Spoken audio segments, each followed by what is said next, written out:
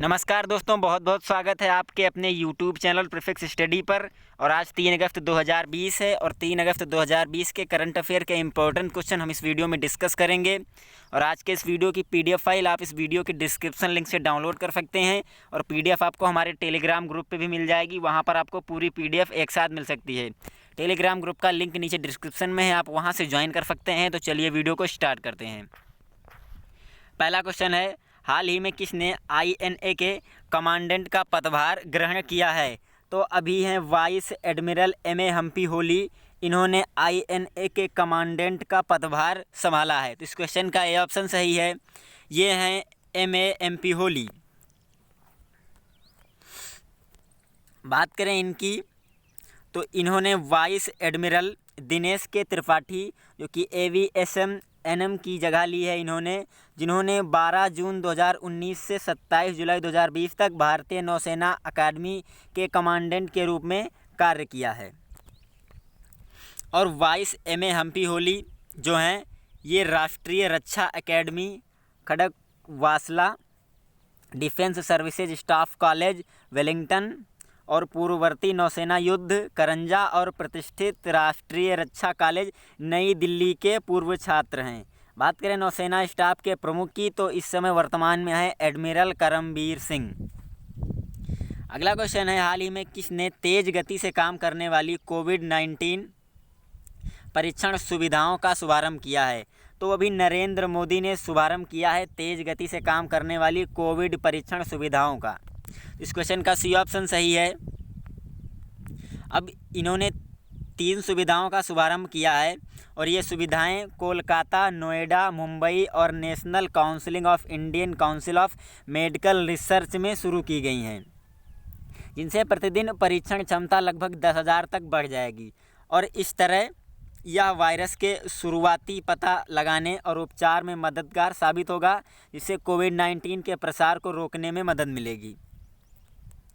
अगला क्वेश्चन है, हाल ही में किसने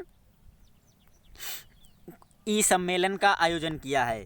तो अभी ILBS और AAI दोनों ने मिलकर दूसरे जागरूकता सम्मेलन का उद्घाटन का आयोजन किया है।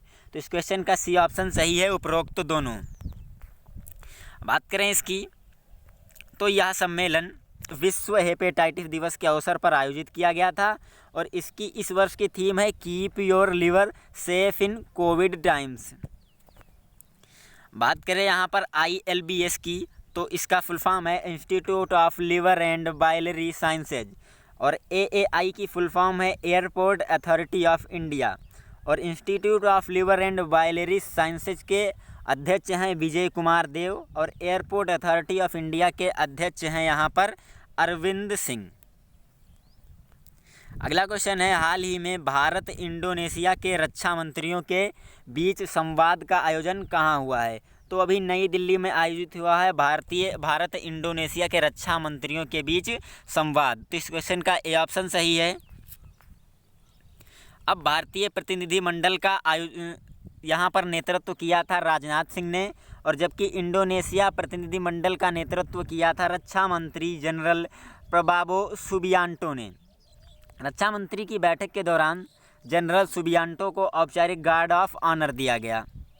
संवाद के दौरान दोनों ही मंत्रियों ने आपसी सहमति वाले क्षेत्रों में द्विपक्षीय रक्षा सहयोग को और भी अधिक बढ़ावा देने पर सहमति व्यक्त की। अगला क्वेश्चन है, हाल ही में भारत ने किस देश को 10 ब्रॉड गेज रेलवे इंजन दिए हैं? तो अभी बांग्लादेश को दिए हैं भारत ने 10 ब्रॉड गेज रेलवे इंजन। तो इस क्वेश्चन का डी ऑप्शन सही है। अब इन रेल इंजनों से पश्चिम बंगाल के नदिया जिले के ईस्टर्न रेलवे के गेड स्टेशन से रवाना किया गया और बांग्लादेश में उन्हें दर्शन स्टेशन पर प्राप्त किया गया। भारत ने बांग्लादेश में अंतर्राज्य और अंतर्राष्ट्रीय दोनों प्रकार की आवाजाही की सुविधा प्रदान करने के उद्देश्य से इन इंजनों को बांग्लादेश को दिया है। अब ये इंजन बांग्लादेश में यात्रियों की संख्या बढ़ाने और मालगाड़ी के परिचालन को बेहतर बनाने में सहायता करेंगे। बात करें भारतीय केंद्रीय रेल मंत्री की, तो हैं वर्तमान में पीयूष गोयल। और बात करें बांग्लादेश की, तो इसकी राजधानी ढाका है और इसकी मुद्रा है टका और इसके वर्तमान में प्रधानमंत्री हैं शेख हसीना। अगला क्वेश्चन है, हाल ही में किसने सह ब्रांडेड संपर्क रहित क्रेडिट कार्ड लॉन्च किया है? तो अभी IRCTC और SBI कार्ड दोनों ने मिलकर ये यहाँ पर लॉन्च किया है सह ब्रांडेड संपर्क रहित क्रेडिट कार्ड। तो इस क्वेश्चन का सी ऑप्शन सही है। अब यह कार्ड रुपे प्लेटफॉर्म पर लॉन्च किया गया है और इस कार्ड का लॉन्च जो है केंद्रीय रेल और वाणिज्य उद्योग मंत्री पीयूष गोयल ने किया। इसका उद्देश्य रेल यात्रियों को एक सुरक्षित, सुविधाजनक और बेहतर यात्रा अनुभव प्रदान करना है।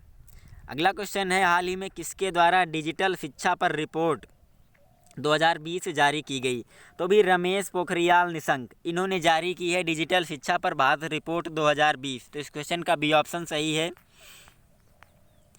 अब इस रिपोर्ट में राज्यों और केंद्र शासित राज्यों के शिक्षा विभागों द्वारा घर पर बच्चों के लिए सुलभ और समावेशी शिक्षा सुनिश्चित करने और उनके सीखने के कार्यक्रम में आने वाली बाधाओं को दूर करने के लिए अपनाए गए अभिनव तरीकों की विस्तृत जानकारी दी गई है।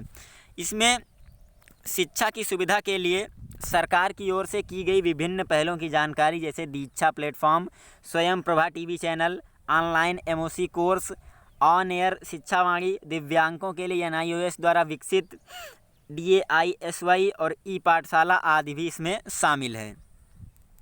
अगला क्वेश्चन है, हाल ही में AIIB के बोर्ड ऑफ गवर्नर्स की किस वार्षिक बैठक का आयोजन हुआ? तो भी 5वीं वार्षिक बैठक का आयोजन हुआ AIIB के बोर्ड ऑफ गवर्नर्स की। तो इस क्वेश्चन का डी ऑप्शन सही है। अब इसमें भारत की ओर से केंद्रीय वित्त मंत्री और कॉरपोरेट मामलों की वित्त मंत्री निर्मला सीतारमण ने वर्चुअली बैठक में हिस्सा लिया और इस वर्ष की थीम है AIIB 2030 supporting Asia's development over the next decade. अब Asian infrastructure investment bank AIIB के बोर्ड ऑफ गवर्नर्स की वार्षिक बैठक का आयोजन हर साल बैंक के भविष्य को प्रभावित करने वाले प्रमुख निर्णय लेने के लिए किया जाता है और Asian infrastructure investment bank AIIB के वर्तमान में अध्यक्ष हैं जिन लिकुन। अगला क्वेश्चन है, हाल ही में किसने लाइफस कोविड स्कोर विकसित किया है? विकसित करने के लिए एक्यूली लैब्स का चयन किया है। तो ये एक ऐप है लाइफस कोविड स्कोर, इसको विकसित करने के लिए DST ने एक्यूली लैब्स का चयन किया है। तो इस क्वेश्चन का ये ऑप्शन सही है।